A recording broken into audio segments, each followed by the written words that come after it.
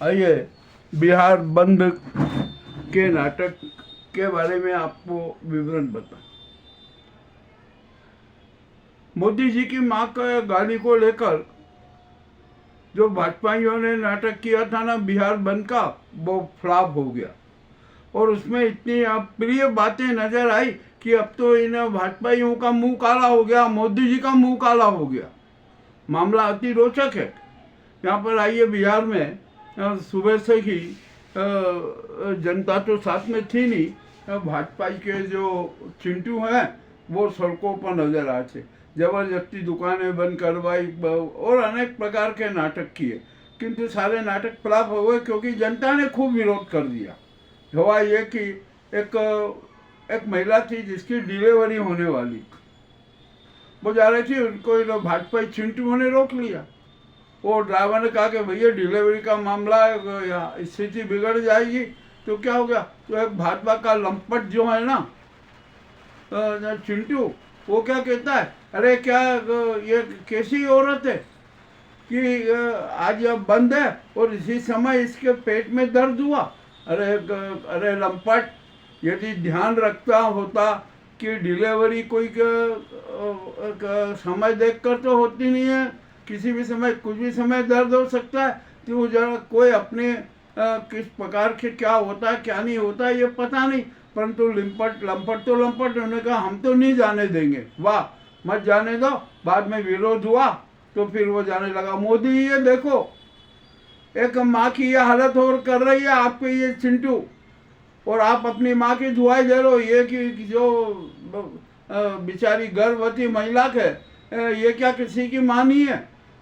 माँ है ना, तो फिर इसका भी तो अपमान तुम्हारे लोगों ने किया, तुम्हारे चिंटुओं ने किया। आपकी तो बात ही खराब हो गई, ये आपको कलंक लग गया। चलिए ये बात छोड़ दीजिए, चलिए बात में अब दूसरी बात आती है। एक शिक्षिका है, वो स्कूल पढ़ाने जा रही थी, बच्चे स्कूल में थे, तो उसको उसको भी रोक दिया गया। और भाजपा की जो कुछ महिला नेत्री, कुछ भाजपा नेताओं ने उसके साथ धक्का मुक्की की और जबरदस्ती जारी की कि नहीं जा सकती, बच्चे पढ़े या ना पढ़े इसकी कोई परवाह नहीं, मगर हम तो नहीं जाने देंगे। मोदी जी, ये भी एक कलंक आपके नाम लग गया। एक दूसरा कलंक, एक तीसरे कलंक की बात करता हूँ। एक छात्रा थी, वो अपने अभिभावक के साथ रेलवे की परीक्षा देने जा रही थी। जब वो जा रही थी तो उसको रोक दिया कि नहीं जा सकते। तो उन्होंने जो इंटरव्यू लेटर बताया है, एडमिशन कार्ड बताया, ये बताया, तो क्या हो गया, ये परवाह कोई जरूरी नहीं है नौकरी, तुम तो है ना नहीं जा सकते हो, नहीं जाने दिया। उन्होंने कहा देखो 1 साल बिगड़ जाएगा, बड़ी मुश्किल से जो नौकरी के ऑफर आते हैं, किंतु नहीं, वही भाजपा ही नहीं माने कि अरे मोदी की माँ को गाली दी है। तो बेटा ये भी तो तुम्हारी बहन बेटी है, देश की बहन बेटी है, इसको तुम क्यों परेशान कर रहे हो? तुम्हारे राजनीति के लिए तो बड़ी उसमें जिद्दोजहद हुई।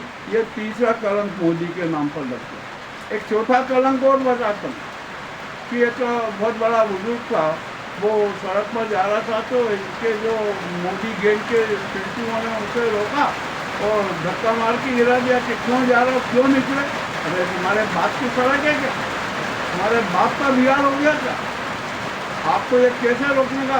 और उसको बेचारे को धक्का देके वो पूरा कपड़े फाड़ने तक की नौबत आई। ये तो इन लोगों ने घिनौना कृत्य किया है, गुंडागर्दी की ना। इन भाजपाई मोदी के माँ के नाम पर इन भाजपाई चिंटुओं ने कितनी गुंडागर्दी की, ये भी मोदी के नाम पर एक कलंक। आइए अब 5 घटना बताता हूँ। तो एक मोदी का चिंटू है, वो बिहार बंद के दौरान, तो वो क्या कर रहा है कि आदमी से वो उसको कहता है कि भैया ये क्यों, चिंटू से बहस हो जाती है। तो वो खुल के क्या कहता है कि हमारे मोदी जी ने किया है कि ये सोनिया गांधी तो बार वाला है, और जो बार वाला उसको बार वाला नहीं कहें तो क्या करें? उन्होंने कहा कि आप कैसी बात करते? अरे सोनिया गांधी तो शहीद राजीव गांधी की धर्म पत्नी है, और वो तो राष्ट्रमाता है। जैसे मोदी की राष्ट्रमाता को तो कोई कुछ नहीं, ये तो जुमलेबाज की राजनीति। बात आ गई। किंतु यहाँ पर तो जो सोनिया गांधी है वो राहुल गांधी की पत्नी है, शहीद की पत्नी है, उनका सम्मान करना चाहिए। तो तुम बार करो गाय करते और वहाँ पर गालियाँ देने लगे। ये भाजपाइयों ने गालियाँ दी है, मैं नहीं कह रहा हूँ, आप वीडियो देख लीजिए, सोशल मीडिया पे बहुत वायरल हो रहा है। वाह मोदी जी वाह, कितने कलंक लगाओगे। और भी अभी कलंकों की तो और सीरीज बहुत सारी बाकी है। ये भी एक कलंक आपके नाम आ गया कि आपने बंद के दौरान भी गालियाँ बात चला है। तो क्या ये गालियाँ शुरू करने के लिए बंद आयोजित किया था? क्या किया था आपने? धिक्कार है आपको और आपके उन चिंटुओं को। चले अब आगे आइए। अब मोदी जी आप फर्जी डिग्री क्यों नहीं बता रहे? आप अपनी डिग्री बताइए, बताना पड़ेगी आपको, तो सही बात कहना पड़ेगी। मामला अति रोचक है। अब आप कुछ भी कह रहे हैं कि इस बात ठीक है, जो है नहीं दिखाइए, काय को नहीं दिखाओगे? आपको दिखाना पड़ेगी डिग्री, फर्जी डिग्री है आपकी। ये अब तो कोई भी सबने मान रहा है, पूरा मान रहा है। अरे जिस बात पर वहाँ पर जिस विश्वविद्यालय की डिग्री है उसके वहीं के उन्होंने बता दी कि हमारे यहाँ ऐसी डिग्री नहीं जाती है जो अमित शाह ने बताई है, हमारे यहाँ तो ऐसी डिग्री दी जाती है। ये इस प्रकार की उन्होंने हाईलाइट कर दिया। तो ये मोदी की डिग्री फर्जी हुई। अरे आपने दो डिग्री बैचलर ऑफ आर्ट्स और मास्टर ऑफ आर्ट्स की 2 फर्जी डिग्रियाँ बता दी और डिजिटल डिग्रियाँ बता दी, जबकि उस समय डिजिटल डिग्रियाँ थी नहीं, बचते नहीं थी। अरे मोदी जी अब तो हद हो गए, इतना बड़ा कलंक है। प्रधानमंत्री होने के नाते आप इतना जो, हाँ हम समझ गए, बात आ गई मोदी जी हमारे भी समझ में कि अमित शाह है ना, प्रधानमंत्री का सपना देख रहे थे। तो उन्होंने कहा कि इस मोदी को कैसे गर्त में गिराया जाए, कैसे उलझाया जाए, कैसे फंसाया जाए। तो उसने फर्जी डिग्री प्रसारित करके मोदी को फंसा दिया। अब मोदी का जेल जाना तय है, उनका चुनाव रद्द होना तय है और उन पर 6 वर्ष के लिए बैन भी लग जाएगा। किंतु अब आप ध्यान रखना, अमित शाह को भी कोई अवसर नहीं है। और अमित फर्जी डिग्री बताना, जो अपने अपराध को जो सत्य बताना, ये भी अपराध है। तो अमित शाह पर भी कार्रवाई होगी। उन्होंने जनता को भ्रमित करने का, देश को भ्रमित करने का अपराध किया। ये भी एक कलंक लग गया आप पर। और आपको तो यूं ही आप तो संसद में कितना झूठ बोलते हो, ये भी सिद्ध हो गया। आप लाल किले की प्राचीर से भी बड़ा झूठ बोल सकते हो, ये भी अब सिद्ध हो गया। अब तो अब बचा क्या आपके पास में? आपका तो पूरा एक कलंकों का ही चेहरा हो गया इतिहास। आपका इतिहास भूगोल ही खत्म हो गया। आपका राजनीतिक इतिहास भूगोल पूरा समाप्त हो गया। अब तो खैर इसी में है कि आप है ना, इसी वक्त यदि आप में उसमें तनिक भी शर्म हो ना, तो इसी वक्त त्याग पत्र दे दीजिए, हट जाइए, झोला उठाए और चल दीजिए। और आपके जो ये चिंटू है ना, ये सब अपने आप चले जाएंगे, कोई दिक्कत नहीं है। सबके इतिहास सामने आ चुके हैं। अतः मामला बहुत रोचक हो चुका है। और आपने तो जनता पर कितनी डकैती की जीएसटी के नाम से। और अब आप अपना अपराध छिपाने के लिए जीएसटी को रिवाइज करो कि अरे अब नवरात्रि के दिन से सिर्फ 5% की और 18% की जीएसटी रहेगी। तो इस बीच में आपने इतनी डकैती की क्यों की? मामला बड़ा विचित्र है। आपने जनता के जेब पर डाके जाने की, ये भी आपका अपराध है और आप पे नाम का कलंक है। आप कुछ भी करते हैं, जुमले करते हैं, कुछ भी झूठ बोलते हैं और आप अपने आप को विष्णु का अवतार बताते हैं। अरे विष्णु का अवतार कभी झूठ बोलता है क्या? जो नॉन बायोलॉजिकल होता है वो कभी झूठ बोलता है क्या? और आप तो स्वघोषित विश्व गुरु हो गए। किसने आपको विश्व गुरु बनाया? कुछ नहीं है। आप स्वघोषित विश्व गुरु हैं, स्वघोषित ज्ञान गुरु भी हो गए, स्वघोषित धर्म गुरु भी हो गए, स्वघोषित कर्म गुरु भी हो गए और न जाने कौन कौन से गुरु हो गए। और हमारी निगाह में तो आप है ना जुमले के गुरु भी हो, वहाँ झूठ के, सफ़ेद काली झूठ के भी गुरु हो और साथ ही षड्यंत्र रचने के भी गुरु हो। और आप किस तरीके से जनता को मूर्ख बनाने वाले गुरु भी हो। ये आपके और ये कलंकित हो गया, ये आपके गले में और हार डल गया। अब तो क्या है, और मुझे यहाँ पर एक बात याद है कि मोदी जितना जिलालत में जीने वाला चेहरा हमें कोई नज़र नहीं आया। इतनी जिलालत सहन करने के बाद भी इनको शर्म नहीं आती थी। अब तो जनता कह रही है कि इतनी जिलालत से जीना अच्छा नहीं होता, ऐसी जिंदगी जीने वाले मर क्यों नहीं जाते। कौन मरेगा भैया, ये आत्महत्या थोड़ी करनी है, तो बेशर्म है ये। और कोई नया स्कैंडल लाएंगे, अभी कोई नया इवेंट ले आइए तो कर लेंगे। ये इवेंट गुरु भी हैं, चाहे जब कैसे भी इवेंट कर देते हैं, ये इवेंट करने में मास्टर है। इनका भी सारा पूरा नाटक खेल खत्म हो गया।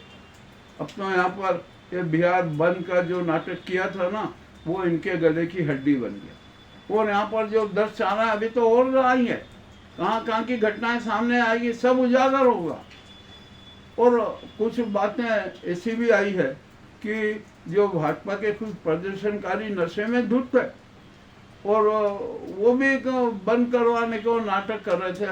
कुछ वो उत्पात मचा रहे थे। भैया जब बिहार में नशाबंदी थी तो दारू क्यों पी के आ गए? कहाँ से लाई दारू, कैसे मिली, कहाँ से मिली, किस प्रकार से मिली, ये भी आपको बताना पड़ेगा। अब तो मामला बड़ा विचित्र हो गया। यानी मोदी जी का इतिहास भूगोल, राजनीतिक इतिहास भूगोल पूर्ण रूप से समाप्त हो चुका है। अब उनको किसी भी तरीके से पद पर नहीं रहना चाहिए, और यदि रहे ना, फर्जी डिग्री के मामले में बड़ा नाटक होगा। वे राष्ट्रपति भी बनना चाहते थे, अब नहीं बनेंगे। वो भी उनका एक इवेंट था, वो भी खत्म हो गया। अब तो वो तिहाड़पति बनेंगे, राष्ट्रपति नहीं बनेंगे। ये भी एक संभावना सामने आ रही है। और मोदी जी एक बात फिर समझ लीजिए, क्योंकि देश में संविधान सबसे सुपर है, कानून सबसे सुपर है।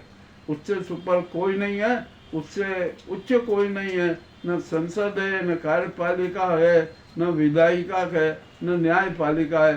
सिर्फ सर्वोच्च है तो संविधान और कानून का है। ये जनता की राय है, सबकी राय है। तो अब आपका पूरा खेल खत्म हो गया, अब आपका राजनीतिक नाटक भी समाप्त हो गया। बेहतर वे यही है कि आप इसी वक्त झोला उठाए और चल दें। और आपकी गिरफ्तारी तो होगी, ये तो तय है, निश्चित होगी, इसमें भी कोई शंका नहीं है। सारा मामला उजागर हो चुका है। बहुत 11 साल तक आपने जनता को बहुत दुख दिया, आपने देश की विरासतों को बेचा के, ये भी अपराध है। और ग्रोक ने तो सारा खुलासा कर दिया। अरे उसने तो सीरियल वाइज बता दिया और अमाउंट भी बता दिया कि इतने में इतना हजार का एयर इंडिया कितने में बेचा। एक जो हमारे जो विभाजन के समय जो लोग अपनी अचल संपत्ति छोड़ गए थे, जो 1 लाख करोड़ से अधिक की थी, उसका भी कैसे घालमेल हुआ।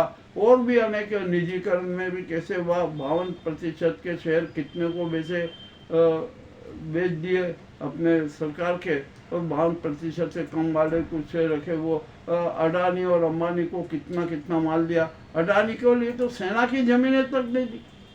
और आप चीन गए थे ना, चीन से खाली हाथ लौटे, वहाँ अपमानित होकर लौटे। आपको एक याद बात लेना कि चीन ने 3 सितंबर को विजय उत्सव मनाया, शक्ति पर्व मनाया। उसमें 26 देशों के राष्ट्राध्यक्षों को बुलाया, भारत को आमंत्रित नहीं किया, नहीं बुलाया। मोदी मुंह लटकाए सीधे चले आए। ये भी हुआ है घटना, ये कोई भी ये नहीं है, इतिहास में लिखा हुआ, आप वो सब देख लीजिए। तो अब मोदी जी का जो फुगा हुआ था ना, जो गुब्बारा था, वो उसमें सारी हवा निकल गई। और मोदी के पाप कुंभ इतने फूट गए कि अब वो सब खुलेआम सड़कों पर बहते हुए नजर आ रहे। आज की ये बात, कड़वी बात कैसी लगी? हमारे निश्चय ही मेरे इस खुलासे के बाद चिंटुओं को, मोदी के चिंटुओं को, भाजपाई चिंटुओं को बहुत बुरा लगेगा। अरे और अब तो मोहन भागवत जी मौन क्यों है? अरे उनको आप भी तो बोलो मोहन भागवत जी कि क्या हो गया। आप यहाँ मणिपुर में हुई जो क्या मातृशक्तियों का कितना, और आज भी बिहार में फिर मातृशक्तियों का अपमान किया। इस पर तो आपको बोलना चाहिए ना कि अब तो ये मोदी का क्या करेगा ये आपका। और ये आपसे माफ़ी मांगने आ रहा है, आपने उसके लिए यू टर्न लेना है, अच्छी बात नहीं है। अब ऐसा नहीं करना चाहिए। अब तो आपको है ना कठोर से कठोर बन के रहना है। ये हमारे और जनता की राख है। आपको हमारा आज का एपिसोड कैसा लगा हमें अवश्य बताएं। बहुत बहुत धन्यवाद।